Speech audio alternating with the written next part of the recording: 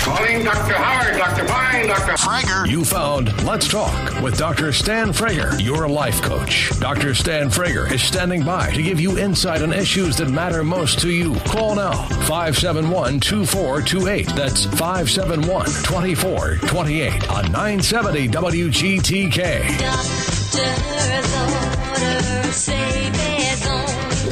Always nice to have you with us. Talking with Dr. Eli Karam. Dr. Karam is a professor from the University of Louisville's Kent School of Social Work, graduate school. So, well, they have graduate and undergraduate the BSW program now. Yeah. And we have the program for marriage and family therapy, which Dr. Karam talks about, and he's also licensed in that area. And quite an authority. And we're talking about what it takes, not only for those who may be getting married, but also for those who've been married. Yeah. And we were talking about the sexual issues. Finance and sex are the big two. Yep, money and sex. Money and sex. It's true. And we were talking about before the break this idea that you can have this great, intense sex all the time in a long-term committed relationship. And I said when that happens, it's great. But normally, men get their intimacy stereotypically through the act of sex. Women need this connection, this dialogue before, and the sex is like the icing on the cake. So to work with couples is basically how to have both, in the idea that you need to do more planning in a long-term relationship when you have children. It's not this spontaneous thing all the time. So you need to, you have a babysitter, you have a night out, you send each other nice messages, emails, texts, phone calls throughout the day, kind of setting the stage, priming the pump. And that's how this connection through intimacy happens and ultimately kind of leads to sex. But I know it's couples that think it has to be great every time. Again, they're building unrealistic expectations for the future. And then it changes for women. For example, you've been married for quite a while, and now the woman becomes menopausal. Yeah. That affects things. Right. Now it takes a man to be understanding. What about talking, if they're young and they're getting married, talking about other partners and monogamy? What about that? One of the questions that I always ask couples to go and meet and talk about with themselves before they come back to me is, do you have any questions about your partner's sexual past?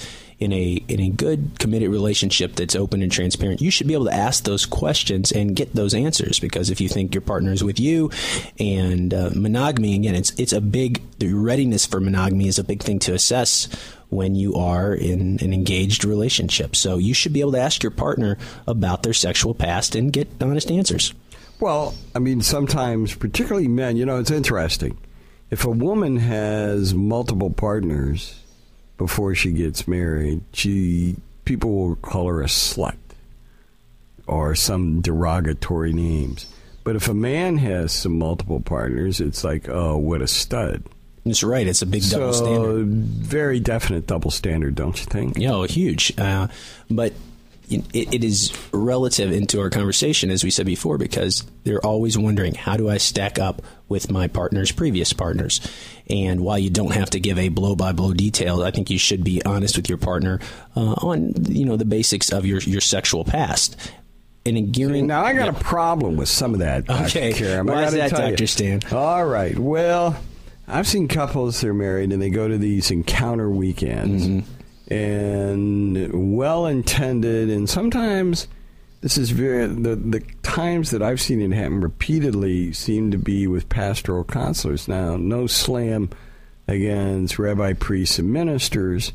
However, very often they're very well-intended, but I think sometimes misguided, because here's a couple that's been married, or they're trying to get their relationship back on a more solid footing, and it's a shaky relationship, and so they say, cleanse, tell everything. If you haven't been faithful, tell about it. No secrets, totally transparent. And they bare their soul, and then their partner holds that against them forever, guaranteed to break up a relationship. Mm-hmm. I mean, I have some real problems. I think that's a huge mistake.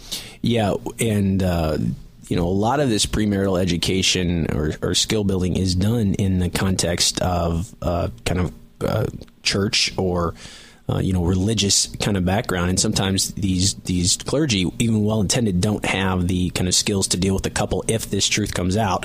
So I think you want to make sure you're talking to the right person when you do this, and you want to be honest with your partner, definitely, but you need to know why your partner wants to know that. During the break, we were saying that both of us in our private practice, when we see couples, which both of us do, that the two biggest issues we see them for have to do with sexual and financial. Definitely, without a doubt. And I would say followed closely behind that is how to deal with your new family, which you're going to create, versus the family which you were brought up in, your family of origin. And if you're younger when you get married and still have a close connection to your family of origin, that can often feel like you're pulled between your old family and your new one. So being able to talk about that, again, a normal tension is very important. So we got some questions to assess with that too. Well, it's not uncommon for the man, for example, to be just. Let's suppose that, for example, the woman is very close to her family. And men tend to be somewhat a little bit more. And that's a little sexist on my part, because that's not always true. Sometimes it's the exact reverse, where the man is very dependent on his family and the woman is much more independent. But let's just suppose, for this example, the man is the independent one, the woman's very dependent. So now the woman spends a lot of time with her mom, her sister, her aunt. And the man starts getting jealous of the time. He says, wait a minute, you're giving up 2 days a week. We have 4 or 5 days a week. I have to work a lot, and so we only got 3 or 4 days. And now you're giving up 1 or 2 of them every week to members of your family. What about me? What about things we need at our house, in our home? And often we'll find it's that initial quality that attracted, in your example, the man to the woman, that she was very family-centered, that she had family that she was close to, and that is a real a selling point early on. But when you start your own family, if that dominates the primary relationship, the family that you create, it does cause problems. So it's something that needs to be talked about. Again, expectations. What are the boundaries around our relationship? How much access does your family have to our relationship, and vice versa? And if you can let your partner know, and I have a wife very much like your example. In fact, my daughter was born 48 hours ago, and I have congratulations. Thank you. A brand new papa. That's right. Molly Rose. We give a shout out to Molly Rose and Mama. And she is doing well. But as I said, I have my family, my wife's family, I'm very close to as well, staying with us right now. They came up right away from Chicago. They ran right up. But if I didn't have an appreciation for my wife's family, it would be really tough on my relationship. So the dialogue is, I know your family's important to you. I'm not trying to push them out, but I also need to know that I'm important to you, and our family is going to be important. And that kind of loyalty rule is, the clinical wisdom says, your family that you grew up in, your family of origin, is very important, but it can never trump your responsibilities to the family you create. By the way, if you want to contact Dr. Karam, it's Eli Karam, ELIKAREM, EliKaram.com. K-A-R-M. Yeah, as in AM radio. Be right back. And Eli Karam, ELIKARAM.com. And so Dr. Karam would be glad to answer your questions privately. Sometimes these are hard issues to talk about. We only have a few minutes left here before we take another break, but I want to give a special shout-out to University of Louisville men's tennis team, which for the first time ever won their regional playoff today. It's awesome. Beating Virginia Tech. Congratulations to Coach Rexy Karma, Coach D, and all the players on the U of L team who fought so valiantly in a very tough match and came through. And they've gone to regionals before, never got past the first round, actually, and now they're going to Athens, Georgia.